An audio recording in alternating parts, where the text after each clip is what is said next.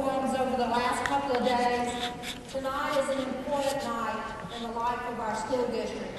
And I'm so glad that this evening is a priority for you to be in the building with us. I do want to thank the Metropolitan Church of God. What an awesome facility, and they have just been so helpful and amenable through this process, so to the church. Thank you. We kind of chose the church for a special reason. We felt like maybe you wouldn't throw quite as many things my way at church tonight. But thank you for being here. I sincerely desire your feedback. And I hope that as we talk and you have an opportunity to see our plan, you will begin to craft your thoughts and your ideas about the things that you want to share. So let's talk about something pretty important to all of us, and that is rezoning.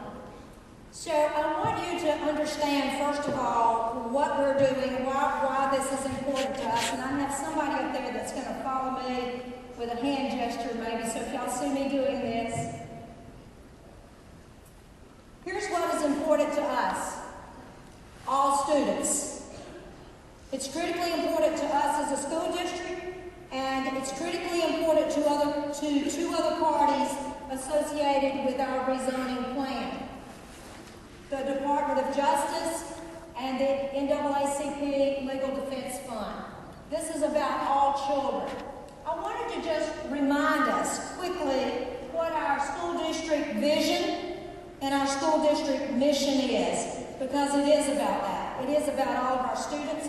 And so let's just take a minute to remind ourselves. All students in a safe and caring atmosphere of teaching and learning. Our Hoover City Schools will provide each student with opportunities to develop exemplary character and achieve personal excellence through a rigorous and relevant curriculum. Our vision is all students are lifelong learners prepared to contribute positively to a rapidly changing world. I think this just sets the stage for just a moment for us, because this plan is not about Kathy Murphy. It's not even, with all due respect, about you. This is about children. It's about all children. I want you to know the purpose of tonight's meeting. I want to tell you what it is, and I want to tell you what it's not. What it is this is an opportunity to inform you about our proposed rezoning plan. Proposed is an operative word. It's an important word because what this is not a report on an approved and final rezoning plan. What tonight is an opportunity for us to share with you concept maps so that you can see those school zones for elementary, for middle, and for high school. Tonight is also an opportunity for us to share with you that we will have a school locator tool on our website that allows you to enter your child or your home address, your street address, and immediately you'll know your feeder pattern, the elementary, the middle, and the high school. It's a really great tool that will give you good information based on your address.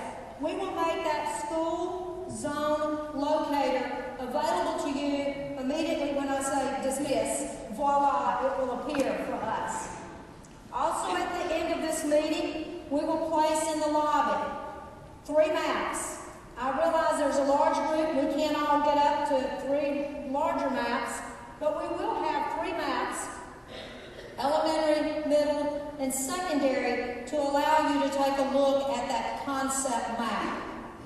Knowing that you can't all gather around those maps, as soon as we dismiss this evening, we will make available to you on our website those maps so that you can go and spend your time studying, looking, reviewing, and understanding those maps. So you'll have access to the maps by way of our website. If you need a hard copy of that map, then we will be glad to get that to you and provide it for you. So, locator, school locator zone available to you this evening, the concept maps available to you this evening, and we'll also have a survey that we'll ask for some input, and we'll talk about that a little bit later. You'll have opportunities to provide us feedback. Tonight is the night where we are coming to you to share our best work, our best thoughts, and our due diligence based on what you've said to us. You gave us lots of good information and lots of great input when we met in 5 community meetings in October and November. We took that information and we used it as we sat at the table with the 2 other parties, again, Department of Justice and LDF, Legal Defense Fund. We shared what was important and what is important to our community. I want you to know that both of those parties have been extremely respectful of what this community wants and what this community needs. On more than one occasion, both of those parties have said to me, Dr. Murphy, this is your plan. This is your school district's plan. There are some things that you need to respect and honor as it relates to our interests and our needs, but this is your plan. So at this point, I just want to make sure that you all understand that nobody drafted this plan for us, nobody crafted this plan for us, and nobody has handed me a plan and said, now go deliver it and make sure everybody's happy and let's go forward. That has not happened. Very productive, very positive meetings with the 2 other parties. We'll also explain next steps this evening for you so that you know where we go from here. The context of why we're here this evening. So why all this rezoning? And we had this conversation in the fall, and let me just remind you of a couple of things that I believe are important here. Linda Stout versus the Jefferson County Board of Education was filed in 1971. Based on this, there is pending litigation specific to the Hoover City Schools. I won't go back and revisit the whole historical basis of this, but just in a summary statement or 2, I would remind you that this is a desegregation court order, and there is the necessity for us to be compliant with the desegregation obligations. So we have a need to acquire as a school district what's called unitary status. And to make sure that we are adhering to the obligations we have as a school district for all children, all students, to make sure that we're advocating and supporting them. And so there is pending litigation, and there are desegregation obligations which we must and should and will make sure that we're honoring. We also realize that there has been a little stagnation, if you will, in growth in our school district in the last couple of years, but there is no moratorium on buildings and homes and developments in Hoover. And as a result of that, this plan has been important for us as we're giving great thought to what enrollment growth we might have. And we'll share with you in a few minutes those subdivisions and those growth opportunities that we've given thought to. We've also had conversations about school capacity. We realize that we have some of our schools that have less than 50% utilization, and I won't say the word. There's nothing dirty, nasty, and negative about utilization and capacity. We have some schools underutilized, and we have some of our schools, if you will, that are really pushing capacity, and they're a bit strained and stressed. And in some cases, I see my friend Don Hewlin over here, we know some of the challenges that we have on the west side of our city, and particularly at Hoover High School, which still needs some solutions and remedies. This plan doesn't fix that. You'll see that as we talk tonight. We also are wanting to make sure that we're looking for all of the efficient and the effective uses of our resources. And when we're talking about resources, we're talking not just about buildings and grounds, which we're talking about that, but we're talking about staff and all resources, and we want to make sure that we're being effective and efficient with all of those. And so these are some of the contextual conversations that we've had about why we're here. Let me tell you what we've heard from our community, just as a reminder, so that you can check me on whether you believe we were thoughtful to what you said to us in the fall. So what you said to us, what we heard from you, is that we're interested in making sure that we're maintaining those high school feeder zones. And we have done that. But before you get all wrought up in that possibility, I will say to you, you will see that there has been some changes between the high schools as some of those lines were withdrawn or were redrawn. Not huge, significant, major numbers, but you'll see that. But we have maintained 100% of feeder zone, even though some children may be shifting one way or the other. But by the way, before you get panic, we also are engaging in grandfathering, and we'll share that with you. You also said to us that we want you, is that, I was thinking you might be playing the dirge or something. I also heard from you that you want us to promote community schools. And by the way, the other parties to this are also interested in this, because what we do not want to do is to have non-contiguous school zones. We do not want to have a community and then go and lift a multifamily dwelling number of students out, or even single-family dwelling community out. We don't want to pull people out of a contiguous boundary. That makes sense for us not to pull children in close proximity to a school and relocate them some distance away while we're trying to navigate and satisfy ourselves or others. Let's have community schools. I hope that you will see a design that allows you to feel good about that.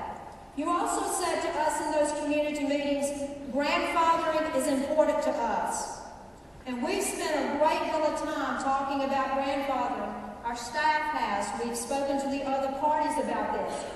They are on board in terms of realizing that when children get to high school, snatching that high school out from under them to send them in a whole different direction is not fair. And so this plan does not do that to our students. You had concerns about traffic and student driver concerns.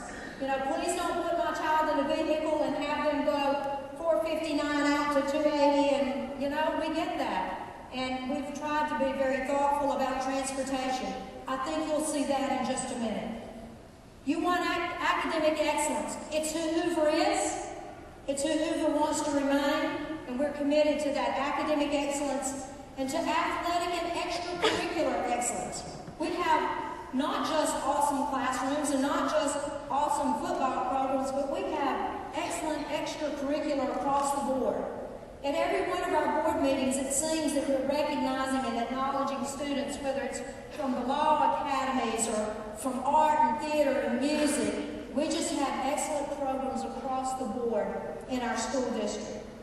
One thing we heard loud and clear is that we want some longevity to this plan. It needs to have some shelf life. We don't want to have to redo this next year, right? We don't want to have to do this in 2 years from now. So we're very thoughtful about the longevity of this plan. And you also ask us to have the least number of students being impacted by this rezoning. And again, you'll see those numbers in just a moment. So there have been some guiding strategies, or that's what we've called them, are our guiding strategies. And so what did we do to come to this plan? Spent a whole lot of time, a whole lot of effort, and a whole lot of energy to try to get this right for our children. And so we've done a very extensive data review. And when I talk about data review, we've looked at information specific to our students. We've looked at students in poverty, free and reduced lunch. We've looked at white students, black students, other ethnicities and races. We've looked at where our students live. We've looked at school locations. We've looked at opportunities for all students, and are those available? We've looked to see, is there any disproportionality in terms of how we're treating any of our students? We've looked at transportation. We've looked at our routes. How long does it take our students to get to school? How many miles are our children having to travel? Do we respect time and the amount of time it takes for them to get to school? We've looked at transportation. We've talked about staffing. There's a lot of additional conversations that will occur with staffing, and I'll mention a couple of things in a few minutes. We've looked at and researched our schools, our resources, so we have a plethora of data and conversations that's directed and guided us. One of our guiding strategies we already mentioned, we heard from you, and that is you want us to create school communities with contiguous boundaries. We've heard that from the DOJ, we've heard that from legal defense funds, and we've heard that from our community who says that it makes sense these kids are being picked up from here, moved past a school or two to be relocated to a different school. We believe that our plan allows us to recognize and value diversity of all of our students. We are a melting pot of a community. We have lots of nationalities, lots of students of different national origins, ethnicities, and race, and we should respect and value that diversity. We were also guided by utilizing the space in our current schools more effectively, reserving room to grow in areas where new development is expected. One of the questions that we were asked in the fall about this plan is, are you planning for what might be happening? Are you planning for growth and development and single family and multifamily dwellings? And the answer to all of that is yes, we have.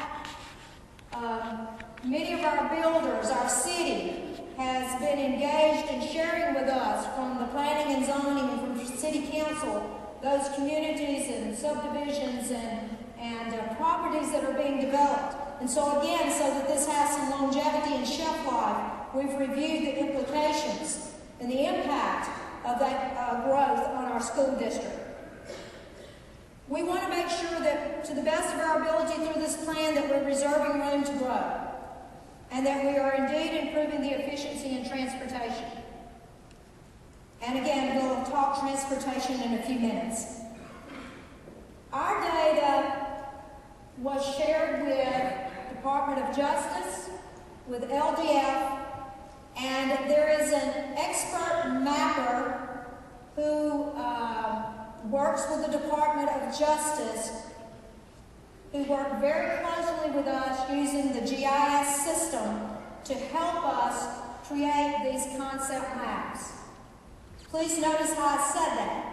They used our data and our input at the table with us for us to design the very best plans that we could to serve our children. What's changing? There are several things that are changing as a result of this plan. There are some grade level configuration changes. South Shades Crest School is currently a K-4 school. Under this proposed rezoning plan, South Shades Crest will move from a K-4 school to a K-2 school. Rocks Gap, which is currently a 5-6 school, will become a 3-5 school under this proposed rezoning plan. R.S. Bumpus Middle School, currently a 7-8 grade school configuration, will become a 6-8 school. One thing that's important perhaps to note here is that having Bumpus become a middle school, it allows us to fully engage throughout our school district in the middle school concept.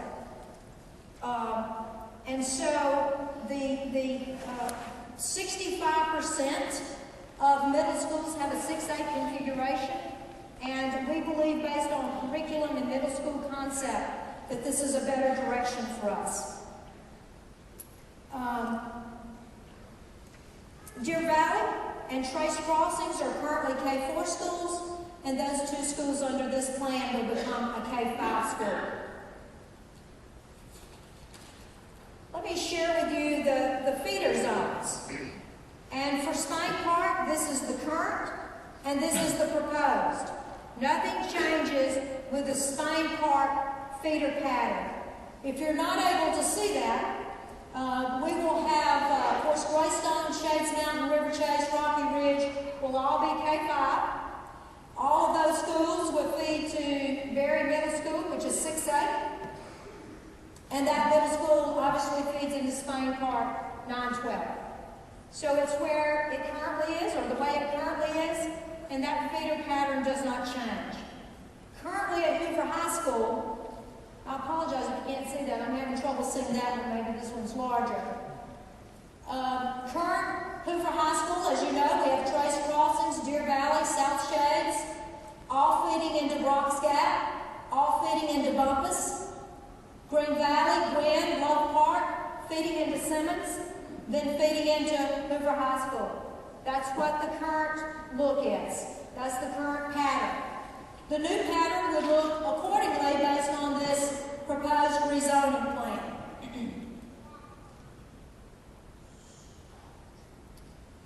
South Shades Crest, which under this plan would be a K2, would feed into Brock's Gap 3-5. Deer Valley is already a K5. Both of those schools would feed into Bumpus. Bumpus Middle feeding into Hoover High. To my right, to our right, Green Valley is a K5, Gwynn K5, Love Park K5, all feeding into Simmons, feeding from Simmons into Hoover High School. One of our schools, one of our elementary schools, Trace Crossings, is a K5 school, and those students will go two different directions when it's time to move to 6th grade, but they stay in the feeder zone, they stay in that pattern, and they're a part of the Hoover High School feeder pattern.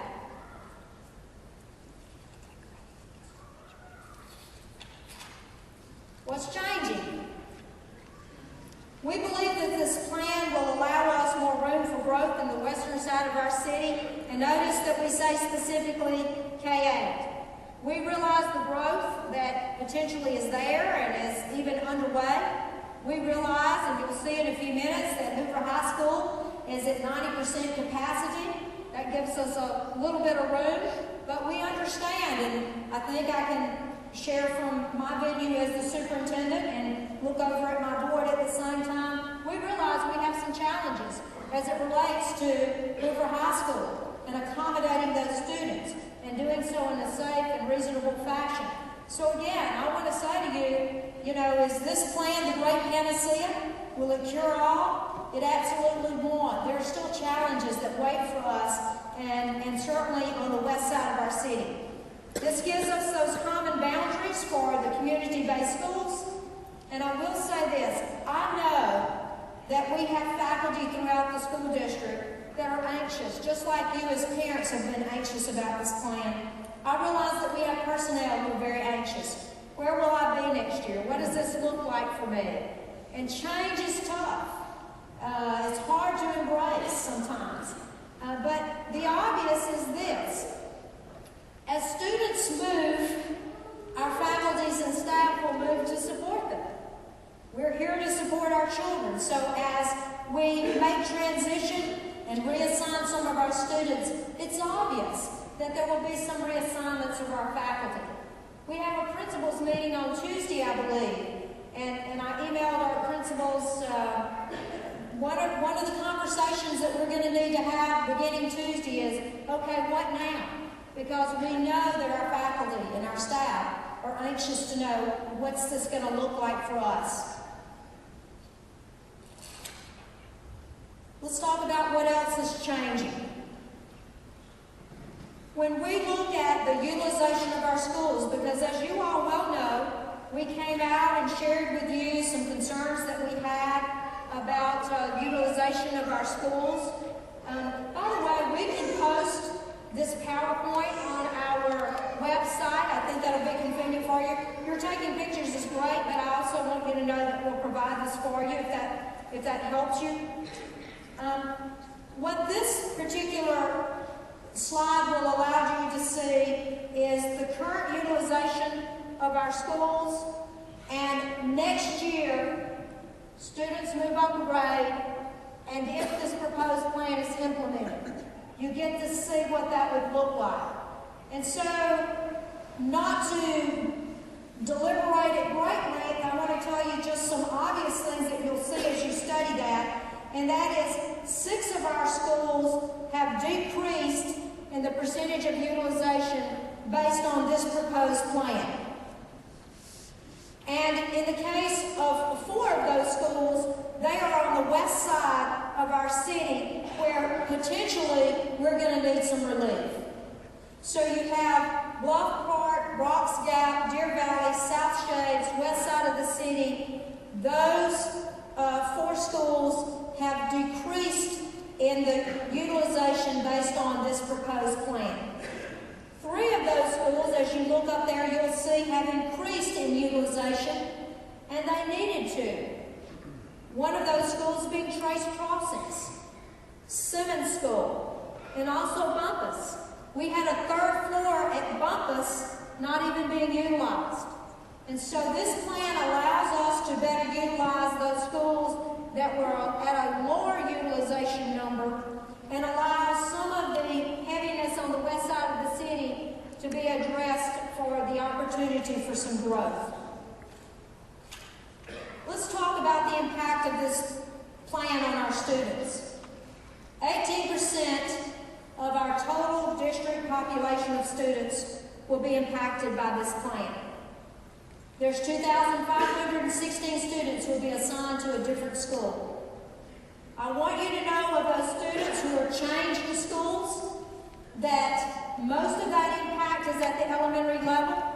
So of that 2,516, not 14,000 of our students, okay? Of those 2,516 students, 68% of that changing of schools is among our elementary students. 18% is among our middle school students of that 2,516, and only 14% of that impact is being felt by our high school or secondary students. 47% of our black students are impacted by this rezoning plan. 45% of our white students are impacted by this proposed plan. And 208 or 8% of our other ethnicities and racial composition are being impacted by the plan. Let's talk about grandfather. It's something you ask us to be thoughtful about, and we indeed have done that. Currently, if your child is enrolled in 8th grade through 11th grade, they can remain at their current high school. Now, why do we do that? I'm a rising 9th grader. I'm currently in the 8th grade. I've already planned for it. I'm already ready to get there. And it certainly seems extremely unfair to us that we would say to a rising 9th grader, oh, no, we've completely changed the direction you're heading.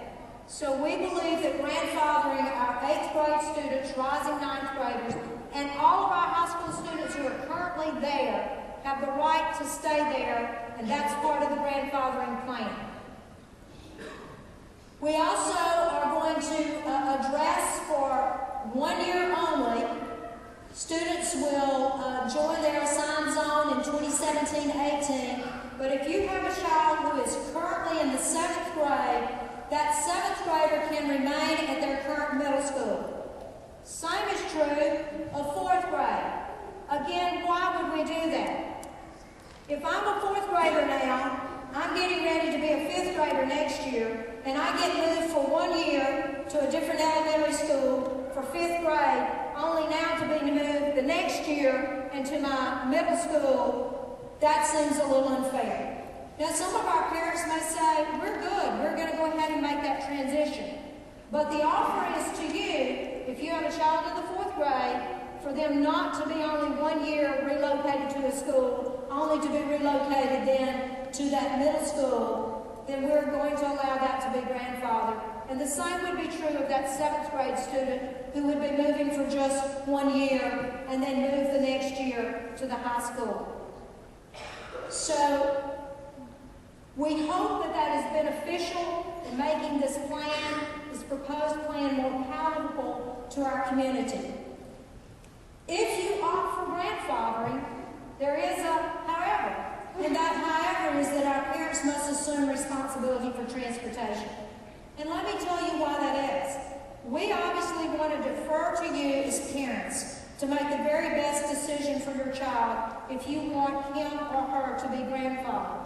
However, running two routes, the regular zoned route, and then having to pick up students to take them to their current location is really, and we've tried to be fair, but it really becomes unfair to the school district in terms of the time, the energy, and the cost that would be incurred for that. And a process to request this grandfathering will be provided for you later in the spring. So as you look at this plan and decide whether you want to exercise or request the option for grandfathering, know that that plan for how you'll do that is forthcoming to you shortly. Let's talk about transportation. Based on this particular plan, proposed plan, more children are eligible riders under this proposal. We have 1,137 additional eligible riders, or an 8% increase in the number of children who have access to our buses. We only have about 68% of our children who are eligible to ride the bus who actually exercise the use of the bus. Only about 68%. So while we say to you that there's an additional 1,137 students that are eligible for the bus, we realize that not all of those students will ride the bus. But we have to plan those routes as if they all will, and until we know differently, we will plan accordingly. But then if we see that all those students aren't, and frankly all of them won't, then we can sort of recraft those routes and that transportation piece. So we may have, as a result of this plan, for full disclosure to you, more bus routes may be needed, but many of those routes will be traveling fewer miles. You may also be aware that in the Alabama Code, that any child that lives within a 2-mile radius of a school may not ride a school bus unless the school district requests a waiver from the state for that to happen. Our school district has been very thoughtful about that and has been very willing to do that. And there are a couple of occasions at this current time where we've asked for waivers for students who were within the 2-mile radius that would have excluded them because we believed it was important for their safety. One of those at South Shades Crest, you know the traffic out there. And so to try to minimize some of the additional traffic with parents who are close bringing their children to school, we've allowed a waiver for those parents and those children who live within that 2-mile radius. The longevity of the plan. We want this plan to last as long as possible. Can I get an amen since we're in church? We just don't want to have to do this to us, to you, to our children again anytime soon, if at all possible. But having said that, we realize that if it becomes necessary for us to build a 3rd high school, there will be some moving parts and pieces again. So I want to say that for full disclosure to you. The future build-out data for the following residential developments was incorporated. This is not all-inclusive because there were some smaller areas where a few houses were being built here or there that may not be listed here. But I share this slide with you to say we want this plan to last a while. In order to have crafted this plan in such a fashion, we've given thought to the future building possibilities that are in front of us. And you know what many of those are. Hoover Ridge Apartments in Kirkman Preserve, Lake Cyrus, recently the Lake Milburn, McGill Crossings, Magnolia Grove, the Preserve, some additional construction at the Trace Crossings area, Ross Bridge. We've tried to look at and be thoughtful about the construction, the planned future construction in our city. Where's my child going to school? On the Rezoning website, which will be available to you as soon as we ring the bell in dismiss, you may look for the school zone locator. The following maps will also be available on the rezoning website and in large print set up in our lobby after this meeting. So here's what's available to you tonight as soon as we dismiss. 3 maps will be outside, elementary, middle, secondary, so that you can take a quick look. Please don't hog it and hug it. There'll be other people, I'm sure, who want to take a look at that also. But you may also go on our website and see those concept maps. You may also go and put your address in and see what your feeder pattern is. And we also are asking for feedback from you this evening as you review this plan to give us feedback in the survey. The design tonight is not for us to pass the microphone. The design tonight is to show you this plan, give you time to look at it, to research it, to study, to converse with your neighbors, craft your questions, and in our smaller community meetings, which begin on the 11th next week, then we've shared this, then it's your turn to tell us those things that you find to be thumbs up and those things for which you believe are going to be challenges. I realize you can't see this very well, and so this is available to you this evening. The elementary proposed zone, let's back up. Let's go back to the high school. You know, this is the high school. Obviously, we have 2 high schools. This is our middle school. Obviously, we'll have 3 middle schools. And then our elementary piece is a little more complex because of the number of our elementary schools. Again, realizing you can't see this, you hadn't had time to study this, you hadn't had an opportunity to research this, I just want you to know that these will be available to you this evening. Let's talk a minute about transition support. When something's new and different and changed, there needs to be some transition support, and we want to do that. So our transition support, you know, when we thought about transition, we thought about what is the goal of this process, and that is that we want to build new relationships. We'll be changing schools, some of our staffing will be changing. Building new relationships, establishing new community expectations, and forging new partnerships. We are going to design and plan welcoming and orientation meetings that will be scheduled for you as parents and your children to have an opportunity to go see the new school, walk to the new school, be welcomed into that school, have some orientation to that school. But that's going to be scheduled. That's not just walk in one day and say, my kid's coming to school and here we are, I need you to stop school today and walk me around, and I know you wouldn't do that. But obviously during the school day, you know, we're not going to start making transition and shifting and doing tours. We're going to respect the instructional day. But we do want you to know that we're going to have school tours that will be scheduled and planned. There'll be welcome opportunities, orientation opportunities. I want to mention a couple of other things that you in your wisdom have shared with us, and I thank you for doing that, and that is the athletic tryout piece. Today, I sent an email to our principals and said to them, I don't want anything or any part of this rezoning plan to have an adverse or negative impact on any child. It's not designed for that purpose. We don't want a child not to get to try out to be on an athletic team or a debate team or whatever team.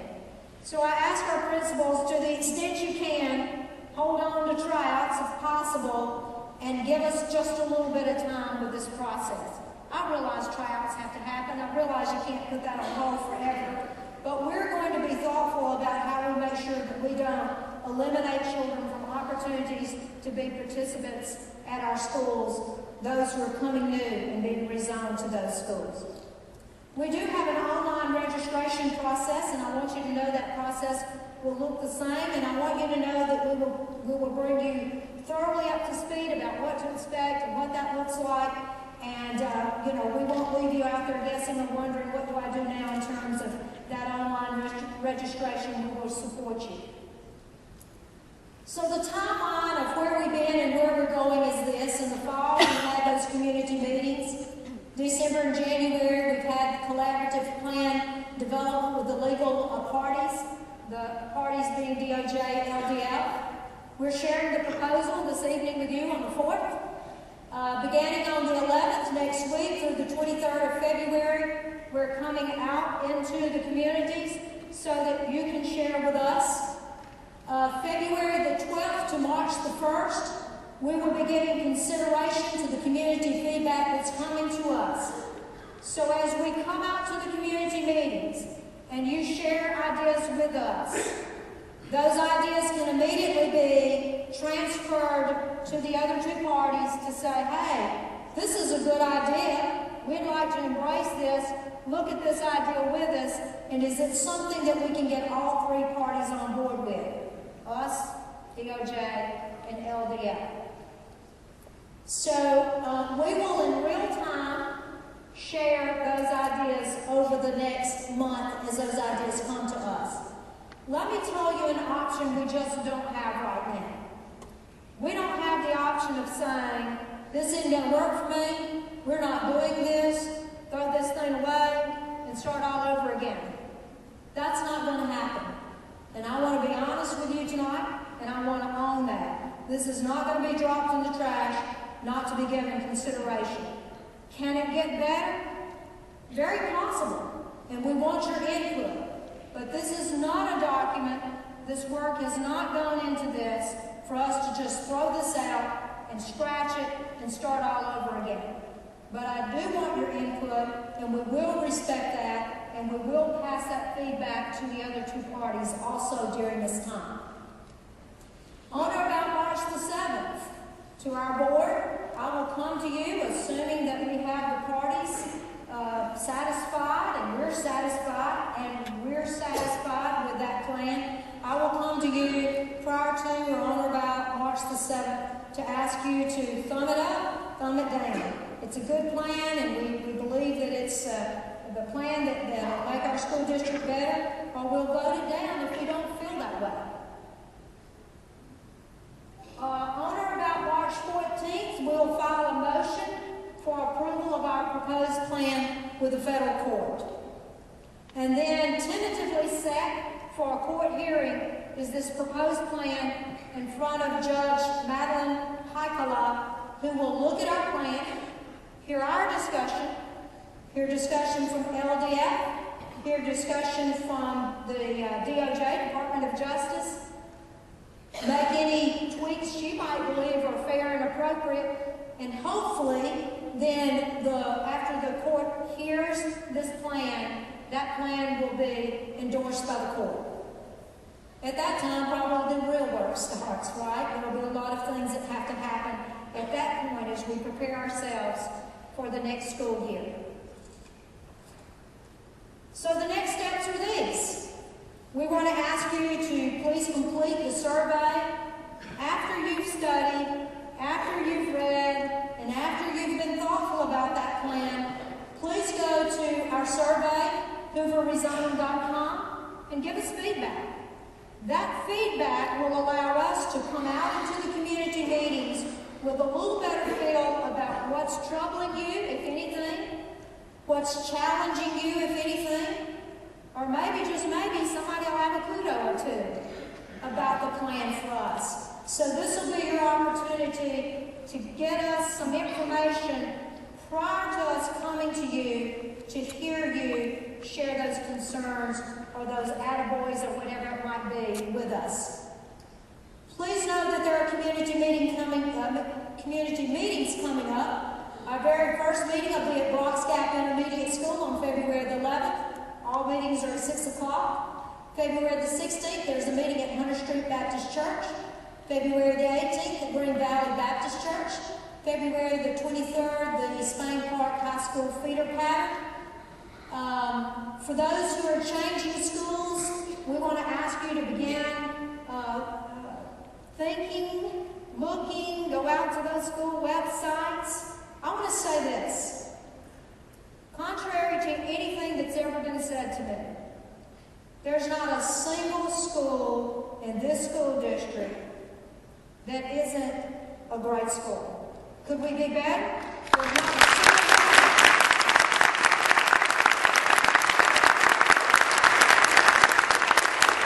There's not a single school in this school district that can't be better.